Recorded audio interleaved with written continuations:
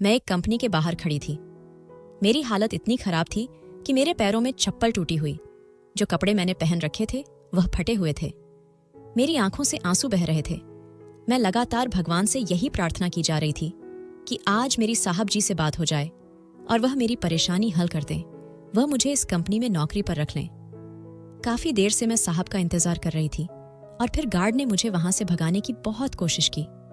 वह मुझसे कह रहा था कि तुम यहां से चली जाओ, तुम शायद यहाँ पर साहब से भीख मांगने के लिए खड़ी हो, मगर तुम नहीं जानती कि साहब को इस बात पर बहुत गुस्सा आता है। वह मांगने वालों को ऑफिस के सामने खड़े नहीं होने देते। मगर मैं उसकी बातों को नजरअंदाज करते हुए वहीं पर खड़ी रही। मुझे इस बात पर विश्वास था कि साहब जी वहां पर आएंगे तो जब मैं उनसे अपनी मदद की अपील करूंगी तो वह कभी भी मुझे धुतकरेंगे नहीं। तभी वहां पर एक बड़ी सी गाड़ी आकर रुकी और मुझसे पहले ही गार्ड वहां पहुंचकर गाड़ी के दरवाजा खोलने लगा और मुझे गुस्से से कहने लगा कि यहां से निकलो वरना साहब को गुस्सा आ जाएगा। मगर मैं उसे नजरअंदाज करते हुए साहब से कहने लगी कि मैं बहुत गरीब हूं, मुझे पैसों की कम की सख्त जरूरत है। आप मुझे अपनी कंपनी में काम पर रख लें, आप जैसा मुझे कहेंगे मैं वैसा करूंगी। साहब ने मुझे गौर से सर से लेकर पैरों तक देखा। उनके देखने का अंदाज ऐसा था कि मैं पूरी तरह से कांप रही थी।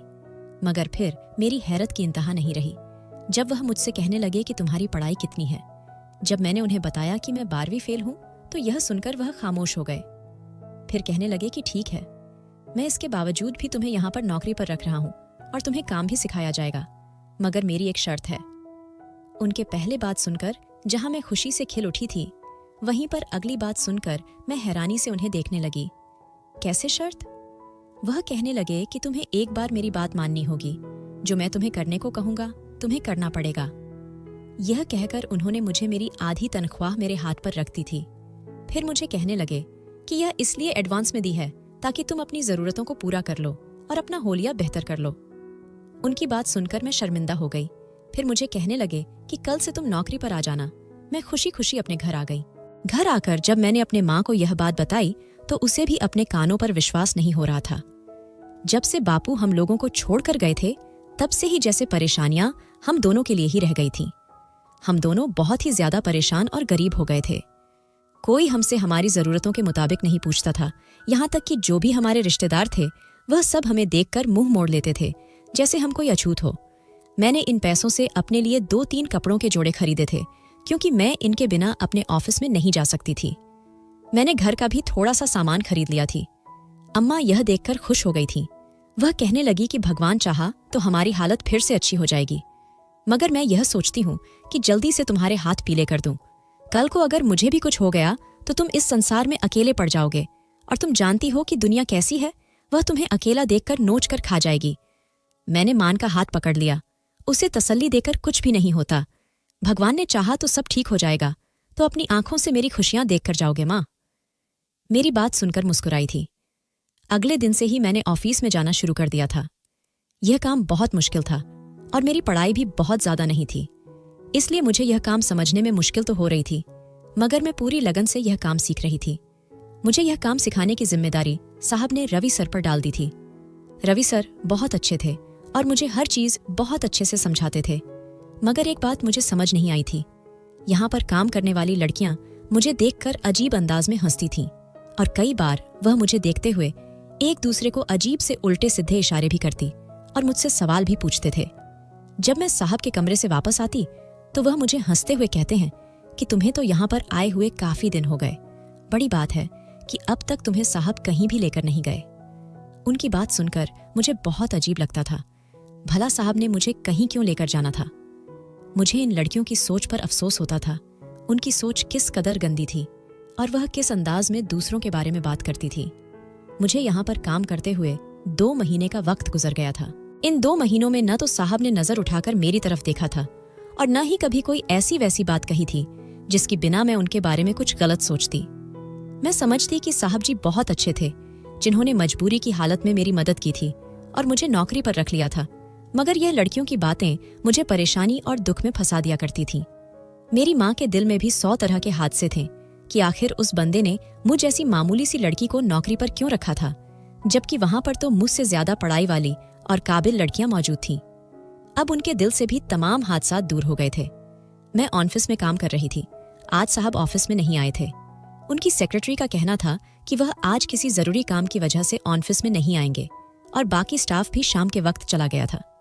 मैं भी घर जाने ही वाली थी जब मुझे साहब के नंबर से कॉल आई और वह मुझे कहने लगे कि तुम फौरन से घर आ जाओ, मेरी पत्नी की तबीयत सही नहीं है और आज मुझे तुम्हारी जरूरत है। तुम्हें याद है ना, मैंने तुम्हें कहा था कि जिस दिन मुझे तुम्हारी जरूरत पड़ी उस दिन तुम्हें मेरी बात माननी पड़ेगी। यह सुनकर मैंने साहब से कहा कि मैं अभी आपके घर आ जाती हूँ और फिर मैंने माँ को फोन करके बता दिया कि मैं आज काम की वजह से साहब के घर जा रही हूँ, मैं जल्द ही वापस आ जाऊंगी। फिर मैं जब साहब जी के घर गई, साहब जी हॉल में ही टहल रहे थे। मुझे देखकर वह बेताबी से मेरी तरफ बढ़े। फिर मुझे कहने लगे कि तुम्हें मैंने एक बार कहा था कि तुम मेरी मदद करोगी और तुमने भी इस बात की हामी भर ली थी। मैंने हाँ, मैं सर हिलाकर उन्हें इस बात का जवाब दिया कि मुझे अभी भी वह बात याद है और मैं आपकी बात मानने के लिए तैयार हूं। तब वह अजीब से अंदाज में मुस्कुरा दिए और फिर कहने लगे कि मेरे साथ मेरे कमरे में चलो। उनकी यह बात सुनकर मैं घबरा गई थी। सभी लड़कियों की बातें मेरे कानों में बज गई थीं जो उन्होंने साहब के बारे में मुझसे कहा था कि वह मुझे अभी तक कहीं भी लेकर क्यों नहीं गए। इसका मतलब यह था कि साहब की अपने ऑफिस में काम करने वाली लड़कियों पर बुरी नजर थी। जब ही तो उन लड़कियों ने मुझसे यह बात कही थी। मैंने साहब जी को कहा कि मैं ऐसी लड़की नहीं हूं, मैं मजबूरी की वजह से यह नौकरी कर रही हूं, मगर आप मेरी इज्जत नहीं खरीद सकते। मेरा इतना कहना ही था कि उनके चेहरे पर गुस्सा छा गया। वह कहने लगे कि मैं तुमसे ऐसा वैसा कुछ भी नहीं चाह रहा, मुझे तुमसे कुछ और बात करनी है। अब उनका गुस्सा देखकर मुझे भी अपनी सोच पर शर्मिंदगी महसूस हुई। मैंने उनसे माफी मांगी और उनके साथ उनके कमरे में आ गई, मगर अंदर का मंजर देखकर मेरे पैरों के नीचे से जमीन निकल गई थी, क्योंकि मैं यह सोचकर यहां पर थी कि साहब की पत्नी बीमार थी और साहब ने अपनी पत्नी की देखभाल के लिए मुझे यहां बुलाया था। मगर आगे का जो मंजर था उसने तो मुझे हैरान कर दिया था। मैंने हैरत भरी नजरों से साहब की तरफ देखा। यह सब क्या है, यह कैसे हो गया? साहब कहने लगे कि बस यह सब कुछ अचानक से हो गया और मुझे कुछ समझ नहीं आया कि मैंने यह कैसे कर दिया। वह दोनों हाथों में सर थाम के रह गए थे, मगर मेरी हालत ऐसी थी कि मैं यह सब देखकर पागल होने को आ गई थी।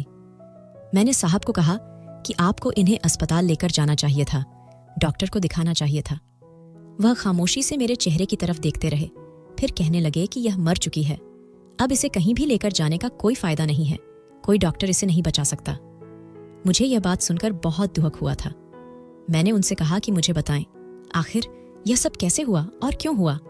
उन्होंने गहरी सांस ली, फिर कहने लगे कि दरअसल मैं एक लड़की को पसंद करता हूँ और मैं शादी भी उसी के साथ करना चाहता था, मगर मजबूरी के बिना पर मेरी शादी सालूनी के साथ हो गई। मगर शादी करने के बावजूद भी मैं उसे लड़की को भूल नहीं पाया था और फिर अपनी पत्नी से छुपकर मैंने उसके साथ भी ताल्लुक रखा हुआ था और अक्सर उससे भी मिलता रहता था। अब मेरी पत्नी का मुझ पर शक रहने लगा था। न जाने कैसे उसे मुझ पर शक हुआ था। ये किसी जासूस की शरारत थी या फिर वह खुद ही मुझ पर नजर रखने लगी थी। आज सुबह उसने मुझे बताया कि वह कुछ दिनों के लिए मुंबई जा रही है और यह एक हफ्ता मुझे उसके बिना ही रहना पड़ेगा। मैंने उसके सामने अपनी उदासी का इजहार किया था, मगर दिल ही दिल में यह सोचकर खुश था कि मैं पूजा के साथ दिल खोलकर मुलाकात कर सकता था। अब मुझे किसी का कोई खतरा भी नहीं था। जबकि मैंने पूजा को घर में बुला लिया और उसके थोड़ी ही देर के बाद मेरी पत्नी भी घर वापस आ गई। उसने मुझे पूजा के साथ रंगे हाथों पकड़ लिया था और फिर वह मुझ पर चिल्लाने लगी, मेरे साथ बदतमीजी करने लगी।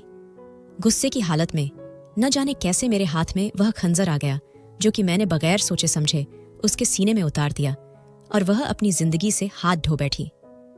अब मैं सख्त परेशान हूं, मैं क्या करूं? ऐसे में मुझे तुम्हारा ख्याल आया और तुम्हारी बात भी मुझे याद आ गई, इसलिए अब तुम्हें मेरा एक काम करना होगा। उनकी बात को मैं तसल्ली से सुन रही थी। उनकी यह बात सुनकर मैं चौंक उठी। फिर उनसे कहने लगी कि मुझे क्या करना होगा। वह गहरी सांस लेकर कहने लगे कि तुम्हें मेरी पत्नी के कत्ल को अपने सर पर लेना होगा। तुम्हें सबको यह कहना होगा कि यह कत्ल तूने किया है। तुम यहाँ पर चोरी के इरादे से आई थी और मेरी पत्नी ने तुम्हें देख लिया और तुमने अपने बचाव के लिए उसे मार दिया। साहब की बात सुनकर मैं शॉक्ड हो गई। उन्हें कहने लगी कि नहीं, ऐसा नहीं हो सकता।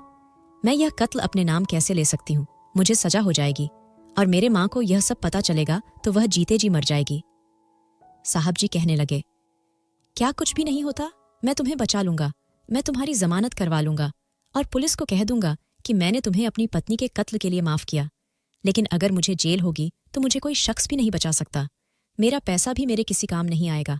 और तुम फिक्र मत करो, ये मेरा तुमसे वादा है, मेरे पास बहुत पैसा है। और मेरी यह बात कहना कि मैंने तुम्हें पत्नी का कत्ल माफ किया और थोड़े से पैसे खर्च करने से तुम जेल से बाहर आ सकती हो। मैं तुम्हारी प्रमोशन भी कर दूंगा, तुम्हारी सैलरी भी बढ़ा दूंगा और तुम्हें अच्छे इलाके में घर भी ले दूंगा। और इसके अलावा जो तुमको होगा मैं तुम्हें करके दूंगा। मैं दोनों हाथों में सर थाम के रह गई थी।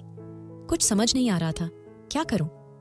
मेरी छाती बार बार मुझे यह एहसास दिला रही थी कि यह गलत है, मुझे यह सब अपने सर पर नहीं लेना चाहिए, मैं इस तरह से फंस जाऊंगी। दूसरी तरफ साहब जी भी मुझे सवालिया नजरों से देख रहे थे और जब मैंने सोचने समझने के बाद इनकार किया तो उन्हें गुस्सा आ गया। वह कहने लगे कि अगर तुम खुद नहीं मानोगी तो मैं तुमसे जबरदस्ती भी यह बात मानवा सकता हूँ। मैं तुम पर चोरी का इल्जाम लगा सकता हूँ, तुम्हारे घर में पैसे रखवाकर तुम्हें फंसा सकता हूँ और अपनी पत्नी की लाश को गायब करना मेरे लिए बिल्कुल भी मुश्किल काम नहीं है। मेरे पास और कोई रास्ता नहीं था कि मैं उसकी बात मान लूं। यूं भी मुझे अपनी तो परवाह नहीं थी, मगर जब उसने मेरी माँ के बारे में धमकी दी तो मैं यह बात बर्दाश्त नहीं कर पाई थी। अपनी माँ के लिए तो मैं अपनी जान भी दे सकती थी। अगर मेरी माँ को मेरी वजह से तकलीफ पहुंचती तो यह मैं कभी भी बर्दाश्त नहीं कर सकती थी। उसे मेरा फैसला सुनकर बहुत खुशी हुई थी। तभी उसने पुलिस को कॉल कर दी और फिर पुलिस मुझे पकड़कर जेल में ले गई थी। आज मेरी जेल में पहली रात थी।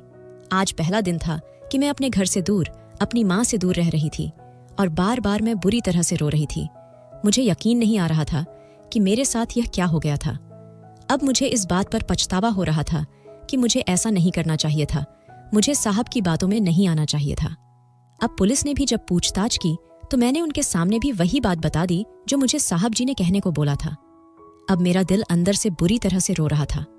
काफी दिन गुजर गए थे। साहब ने तो कहा था कि वह 1 हफ्ते के बाद ही मुझे जेल से रिहा करवा लेंगे, मगर अब तो 2 हफ्ते का वक्त बीत गया था। अब तक तो साहब ने मेरे लिए कुछ भी नहीं किया था और 2 हफ्ते के बाद मेरी माँ मुझसे मिलने के लिए आई तो वह बहुत रो रही थी। मैंने माँ को देखा तो अपनी जज्बात पर काबू नहीं रख पाई। मैंने माँ को कहा कि साहब से पूछो कि वह आखिर क्या कर रहे हैं। अब तक उन्होंने मुझे बाहर निकालने के लिए बंदोबस्त क्यों नहीं किया। माँ मुझे हैरत से कहने लगे कि मैं तो तुम्हारे साहब के पास कितनी बार जा चुकी हूं, मगर उसका कहना है कि वह तुम्हें कभी नहीं माफ कर सकता। तुमने उसकी पत्नी का कत्ल किया है, यहां तक कि मैंने उसके पैर में पड़ चुकी हूं, मगर वह तुम्हें माफ करने पर तैयार ही नहीं है। यह सुनकर मेरा मुंह खुले का खुला रह गया था। तब मैंने सारी बात अपनी माँ को बताई तो वह भी मुझे कहने लगी कि मुझे तुमसे इस कद्दर बेवकूफ़ी की उम्मीद नहीं थी। तुम किसी की बातों में कैसे आ सकती हो? तुमने ऐसा क्यों किया है? तुमने ये जुर्म अपने सर पर क्यों लिया? माँ अब बुरी तरह से रो रही थी। मुझे यकीन नहीं आ रहा था कि मेरे साथ साहब ऐसा कैसे कर सकते थे। वह मुझे इतना बड़ा धोखा कैसे दे सकते थे। अब मैं फूट फूट कर रो पड़ी थी। मैं उसे दिन को कोस रही थी जब मैंने साहब को नौकरी देने के लिए कहा था और उनकी ये शर्त मान ली थी कि जो करने को बोलेंगे मैं कर दूंगी। अब यह कत्ल अपने सर पर लेने की क्या जरूरत थी? मैं अपनी माँ को लेकर वहां से दूर चली जाती या कानून को अपनी तरफ में ले लेती तो आज ये सब कुछ न होता। मेरी माँ तो पढ़ी लिखी भी नहीं थी और उसके पास तो इतने पैसे भी नहीं थे कि वह कोई वकील कर सकती जो मुझे निकालने के लिए बंदोबस्त कर सकते।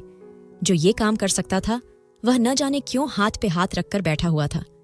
अब मुझे डर लग रहा था कि सारी जिंदगी इसे जेल में ही न सड़ जाऊं। मगर फिर एक दिन एक अच्छी बात हुई। मैंने तो ये सोच लिया था कि मैंने सारी जिंदगी इसे जेल में सड़ते हुए गुजारी है, सारी जिंदगी अपनी माँ की शक्ल को तरस जाऊंगी।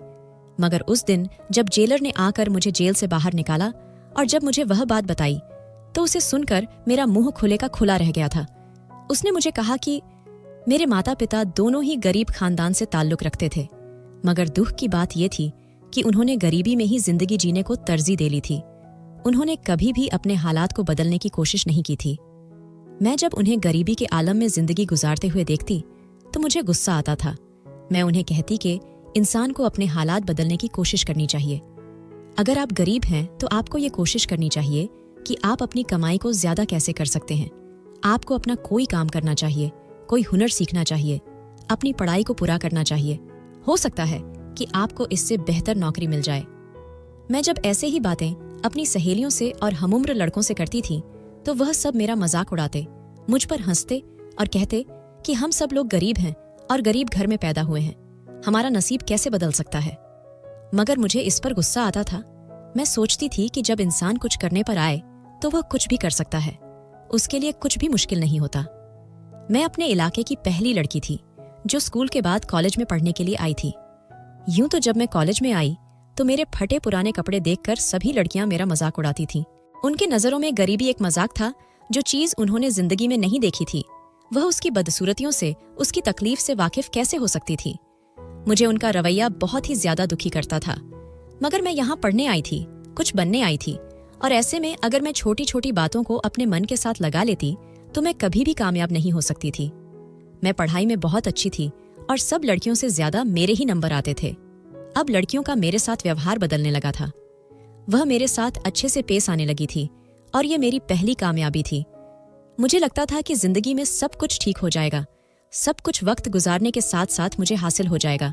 जब मैं पढ़ लिख कर किसी काबिल बन जाऊंगी तो यही लोग जो मजाक उड़ाते थे वही लोग मुझसे ताल्लुक जोड़ने में फख्र महसूस करेंगे। मगर भगवान को शायद कुछ और मंजूर था। अब मैं 12वीं क्लास में थी जब मेरे पिता का इंतकाल हो गया था। बापू के बाद से तो हमारी दुनिया ही अंधेर हो गई थी। हमारे आसपास तो हमारी तरह गरीब लोग रहते थे और वह सब खाना मुश्किल से पूरी करते थे। ऐसे में उनसे मदद की उम्मीद कैसे रखी जा सकती थी। हमारे जो रिश्तेदार थे, जो बापू के मिलने वाले थे, उन सब ने तो आंखें गोया माथे पे रख ली थीं। कोई भी शख्स हमारी मदद करने को, हमारी बात सुनने को तैयार नहीं था और यह सब कुछ मुझे बहुत तकलीफ में धकेलता था। अब तो मेरी माँ ने लोगों के घरों में काम करना शुरू कर दिया था, मगर इससे भी हमारा गुजारा होना नामुमकिन था। फिर मेरी माँ अचानक से बीमार हो गई और अब तो उनमें चारपाई से उठने की भी हिम्मत नहीं थी जब तक उनका किसी अच्छे से डॉक्टर से इलाज ना करवाया जाता, जब तक उन्हें दवा न दी जाती। वह तब तक ठीक कैसे हो सकती थी। मैं लोगों के घरों में काम नहीं कर सकती थी, इसीलिए मैंने छोटे बच्चों को ट्यूशन पढ़ाने शुरू कर दी थी। मगर उससे भी इतने पैसे नहीं आते थे कि मैं घर चलाने के साथ साथ अपनी माँ का इलाज भी करवाऊं। बापू को तो मैंने खो दिया था, मगर उनके बाद अपनी माँ को खोने का सोच भी नहीं कर सकती थी। तभी मैंने उस कंपनी में नौकरी करने की चली गई थी। क्योंकि मुझे इस बात का अंदाजा था कि मेरे पास नॉलेज कम थी, मगर मुझे इस बात का भी यकीन था कि अगर मैं उसे शख्स को मजबूरी बता दूं और उसे अच्छे से अपने हालात के बारे में आगाह कर दूं तो वह मुझे नौकरी पर रख लेगा। और मेरा यह अंदाज गलत भी नहीं था। मगर मैं क्या जानती थी कि मैं कौन सी बड़ी मुसीबत में मुब्तला होने वाली थी। उस शख्स ने मुझे अपने फायदे के लिए इस्तेमाल किया था और शायद वह खुद अपनी जिंदगी में बिजी हो गया था, जबकि तो उसने अपने वादे को पूरा नहीं किया था। मैं इस बारे में सोच सोच कर पागल हो रही थी कि आखिर मैंने उसका क्या बिगाड़ा था। वह मेरे साथ ऐसा क्यों कर सकता था। और अब जब जेलर ने मुझे यह कहा कि अब तुम यहाँ से बाहर जा सकती हो क्योंकि तुम्हारी बेगुनाही साबित हो चुकी है, तो यह सुनकर मुझे यकीन नहीं आ रहा था कि ऐसा कैसे हो सकता है। वह कहने लगी कि कल की खबर में सब कुछ आ जाएगा और कल तुम्हें एक बार फिर से अदालत में पेश किया जाएगा, इसीलिए कल वक्त पर आ जाना। जो भी हकीकत है वह सबके सामने आ जाएगी। मैं उनका शुक्रिया करके घर आई।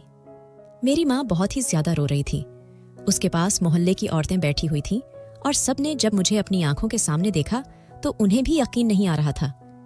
मेरी माँ मुझे कितनी देर मुझसे लिपट कर रोती रही। मुझे कहने लगे कि तुम यहाँ पर कैसे? तो मैंने उनसे कहा कि मुझे यकीन था कि मेरे साहब मेरी जमानत करवा लेंगे, और देख ले, उन्होंने आखिर मेरी जमानत करवा ही ली, मुझे आजाद करवा ही लिया। अब मैं साहब से शुक्रिया अदा करने के लिए उनके घर में जाना चाहती हूँ। मैंने नहा धोकर कपड़े बदले और फिर अपनी माँ के हाथ का बना खाना खाकर मैं साहब का शुक्रिया अदा करने उनके घर आई। मैं आज बहुत खुश थी। कितने दिनों के बाद मैं कैद से रिहा हुई थी। ऐसे में मेरा खुश होना और साहब का शुक्रिया अदा करना तो बनता था। जब उनके घर आए तो यह देखकर मैं हैरान परेशान रह गई, क्योंकि साहब के घर के आसपास तो पुलिस जमा थी और उनका दरवाजा भी बंद था। चौकीदार के बजाय वहां पर पुलिस वाले नजर आ रहे थे। मैं वहीं से वापस पलटी और जब रास्ते में मिलने वाले कुछ लोगों से इस बारे में पूछा तो वह सब कहने लगे कि साहब को पुलिस पकड़ कर ले गई है और यह घर भी सील कर दिया गया है। मुझे कुछ समझ नहीं आ रहा था, यह क्या था? तो फिर मैं बाहर कैसे आ गई थी? क्या पुलिस वालों को पता चल गया था कि यह कत्ल मैंने नहीं बल्कि साहब ने किया है? सारी हकीकत तो कोर्ट में जाकर ही मालूम होनी थी। मैं फिर खामोशी से अपने घर वापस आ गई तो माँ ने मुझसे पूछा कि साहब से मिली। तब मैंने माँ को सारी बात बताई तो वह भी सुनकर हैरान रह गई। आखिर ऐसा कैसे मुमकिन हुआ है? मगर जो भी था, मेरे हक में तो यह बेहतर हुआ था। अगले दिन जब मैं अदालत में पेश हुई तो तब मैं जानने को बेचैन थी कि मेरी बेगुनाही कैसे साबित हुई थी। मुझे इस बात का अंदाज अब हो गया था। साहब सामने कटघरे में सर झुकाए खड़े थे। जज ने उनसे कहा कि आपका जुर्म साबित हो गया है और यह बातें सबके सामने आ चुकी हैं। कि यह लड़की बेगुनाह थी, इसको महज आपने फंसाया है। आपके कहने पर इस लड़की ने यह कत्ल अपने सिर पर लिया, और अब आप सब लोगों को यह बताएं कि आपने अपनी पत्नी का कत्ल क्यों किया। साहब जी थके मंदे अंदाज में कहने लगे कि मैं एक गरीब नौजवान था, मैं शॉर्टकट चाहता था, मैं अपना जिंदगी बदलना चाहता था, क्योंकि मुझे कुर्बानी से और गरीबों से सख्त नफरत थी। और फिर मैंने एक अमीर लड़की को अपने मोहब्बत के जाल में फंसा लिया, उसे इस कदर अपनी मोहब्बत का यकीन दिलाया कि वह मेरे अलावा किसी और के बारे में सोच भी नहीं सकती थी। और फिर उस लड़की ने अपने बाप की मर्जी के खिलाफ जाकर मुझसे शादी कर ली थी। उसके बाप ने मुझे पहले ही नज़र में पहचान लिया था कि मैं धोखेबाज हूं, मैं कभी भी उसकी बेटी को खुश नहीं रख पाऊंगा। न जाने कैसे वह शख्स मुझे पहली नज़र में पहचान गया था। मगर मेरी पत्नी ने उनकी किसी बात पर भी यकीन नहीं किया और मुझसे शादी करके अपने बाप से अलग हो गई। कुछ अरसे के बाद उसका बाप जिंदगी की बाजी हार गया तो अब सब कुछ मेरी पत्नी का नाम हो गया था। ये सब पैसा, जायदाद, सब कुछ हम दोनों के पास थी। मुझे उसने कभी किसी मामले में रोक टोक नहीं की थी। जो दिल करता, जहां चाहता वह चला जाता था। उसने कभी मुझसे कोई सवाल नहीं किया था और न ही कभी उसने मुझ पर किसी मामले में शक किया था। मगर मेरे लिए ये सब कुछ काफ़ी नहीं था। मैं चाहता था कि ये सब कुछ मुझे हासिल हो जाए। और फिर जब मेरी दोबारा से पूजा से मुलाकात हुई, पूजा मेरी गर्लफ्रेंड थी, मैं उसे देखकर अपने दिल पर कब्बू रखना भूल गया था और उसके साथ भी मेरे ताल्लुक पैदा हो गए थे। मैं पूजा से बहुत मोहब्बत करता था, उसके बगैर रहने का मैं सोच भी नहीं कर सकता था। पूजा भी जानती थी कि यह शादी मैंने महज अपनी मजबूरी की वजह से की थी और अब जब मैं उसे पर भी पैसा बहाने लगा तो उसने भी मुझसे मोहब्बत का इजहार कर लिया था। अब हम दोनों एक साथ बहुत खुश रहने लगे थे। मैं अपनी पत्नी का भी बहुत ख्याल रखता था, उससे भी बहुत प्यार जताता था। उसे कभी भी इस बारे में शक नहीं हुआ था। मगर एक दिन उसके एक खास नौकर ने मुझे पूजा के साथ देख लिया और मेरी पत्नी को सारी बात बता दी। मगर मेरी पत्नी ने इस बात पर यकीन नहीं किया था। वह जब तक अपनी आंखों से देख न लेती वह मेरे खिलाफ किसी को बात पर विश्वास नहीं करती थी। मगर एक दिन जब उसने मुझे खुद पूजा के साथ देखा तो उसे बहुत दुख हुआ था, मगर उसने मेरे सामने किसी बात का इजहार नहीं किया। और फिर उसने मुझे जानबूझकर कहा कि वह कुछ दिनों के लिए मुंबई में जा रही है। यह बात उसने ऐसे ही कहा था, बल्कि यह जानने के लिए कि मैं उसकी गैर मौजूदगी में क्या करता हूँ, क्या मैं पूजा से मिलता हूँ। वह जब चली गई तो मैंने सोचा कि आज पूजा को घर ही लेकर आता हूँ। उससे मिलने को दिल कर रहा था, मगर जब मैं पूजा को घर लेकर आया तो ऊपर से मेरी पत्नी भी आ गई थी। उसने हम दोनों को बहुत गलत हालत में देख लिया था और यह देखकर मैं बुरी तरह से खौफजदा हो गया था। मैं जान गया था कि अब वह मुझे छोड़ देगी, मेरे हाथ से यह सारी जायदाद, दौलत, सब कुछ निकल जाएगा। तभी मैंने उसका कत्ल कर दिया और यूं उसकी सारी दौलत मेरे हिस्से में आ गई। मैं नहीं जानता था कि कमरे में मेरी पत्नी ने सीसीटीवी कैमरे लगा रखे थे, जिनके बारे में उसके वकील को पता था और मैं इस सब से बेखबर था। दरअसल जब से मेरी पत्नी को पूजा पर शक हुआ था तब से उसने बेडरूम में यह कैमरा लगा लिया था, ताकि अगर मेरी उसकी गैर मौजूदगी में पूजा यहाँ को लेकर आऊं तो उसे यह बात पता चल सके। मगर मैं चौंके इस सब से बेखबर था, इसलिए मेरी अपनी पत्नी को कत्ल करने से लेकर रूपा को यह कत्ल अपने सर पर लेने तक की पूरी रिकॉर्डिंग उसमें मौजूद थे। उन दिनों उसके वकील दूसरे शहर में गए हुए थे और वह इससे बेखबर थे, क्योंकि जिस जगह पर वह थे वहां पर सिग्नल नहीं आते थे। वापस आकर उन्हें मेरी पत्नी के कत्ल के बारे में पता चला तो उन्होंने तमाम सीसीटीवी कैमरों में पुलिस को कहकर रिकॉर्ड चेक करवाया और सारा सच सामने आ गया कि यह कत्ल दरअसल मैंने किया था और रूपा को मैंने यह कत्ल अपने सर लेने को कहा था। अब सारी बात मुझे समझ आ गई थी कि मैं क्यों जेल से रिहा हुई थी और मैं इस बात पर शुक्र मना रही थी, वरना अगर वहां पर वह कैमरे मौजूद नहीं होते तो मैं अब तक उसे जेल में ही होती। मुझे इतना अंदाजा हो गया था कि साहब जी ने कभी भी मुझे जेल से बाहर निकालवाना नहीं था, क्योंकि वह पूजा के साथ आज़ादी से जिंदगी को जीना चाहते थे। अब जब उनकी पत्नी रास्ते से हट गई थी और सारी दौलत भी उनके हाथ आ गई थी, ऐसे में वह अपनी मनपसंद औरत से विवाह करके उसके साथ मनपसंद जिंदगी गुजार सकते थे और उन्हें मुझे भी जेल से बाहर निकलवाने की क्या जरूरत थी। मगर साहब इस बारे में भूल गए थे कि एक ऊपर वाला भी मौजूद है जो हर चीज पर नजर रखे हुए हैं। कब क्या हो जाए कोई इस बारे में कुछ भी नहीं कह सकता। वह घर और वह जायदाद फिर यतीम खाने को दे दी गई थी, क्योंकि साहब जी की पत्नी का कोई भी रिश्तेदार इस दुनिया में मौजूद नहीं था। उसके बाद मैंने एक होटल में वेट्रेस की नौकरी कर ली थी और इसके साथ साथ मैंने अपनी पढ़ाई का सिलसिला भी जारी रखा था। मैं मेहनती शुरू से थी, मेहनत से जान छुड़ाने वालों में से नहीं थी। अब मैंने कुछ अरसे के बाद होटल के सारे काम को समझ लिया था। साथ ही थोड़ी बहुत रकम भी बचाने लगी थी और अब तो मुझे डिग्री भी मिल गई थी। मगर मैंने कहीं पर नौकरी करने के बजाय सोचा था कि मैं कोई अपना छोटा मोटा दुकान खोलूंगी, अपना कोई कारोबार शुरू कर लूंगी और भगवान ने चाहा तो वह मुझे उसी में बहुत कुछ दे देगा। और ऐसा ही हुआ कि मैंने कुछ पैसे उधार लिए थे और कुछ मेरे पास अपनी सेविंग थी। उन सबको लगाकर मैंने भगवान का नाम लेकर एक छोटा सा दुकान खोल लिया था। शुरू में तो मेरा यह काम अच्छे से नहीं चला था, मैं भी मायूस हो गई थी। मेरी माँ भी मुझे बात बात पर कहती थी कि मैंने यह फैसला करके गलत किया। मगर अब जब मेरा काम बहुत अच्छे से चलने लगा था और मैंने जब अपने साथ हेल्पर भी रख लिए थे, तो माँ को भी मेरे इस फैसले पर खुश होती और वह मुझे कहती, तुम तो बहुत ही बहादुर हो, हालात को अपनी मर्जी के मुताबिक तब्दील कर लेती हो। और मैं माँ की बात सुनकर हंस पड़े थी। उसे कहने लगी कि यह सब आपका और पापा का कमाल है, जिन्होंने मुझे यह सब सिखाया है। मेरा काम अब बहुत अच्छा चल रहा है और मैं बहुत आगे निकल चुकी हूँ। जो मेरे साहब ने मेरे साथ किया, उसको याद जब करती हूँ तो मेरी रूह कांप जाती है। पर वह एक कल था जो बीत गया। पर दोस्तों, मैं आपसे पूछना चाहती हूँ, जो भी उसने मेरे साथ किया वह बहुत गलत किया, पर मैं अब उसे माफ कर चुकी हूँ, क्योंकि उसे उसकी किए की सजा मिल चुकी है। वो अपनी पत्नी की कत्ल की सजा उम्र कैद के तौर पर काट रहा है। दोस्तों, वीडियो कैसा लगा कमेंट करके जरूर बताएं। वीडियो को लाइक और चैनल को सब्सक्राइब जरूर कर दें।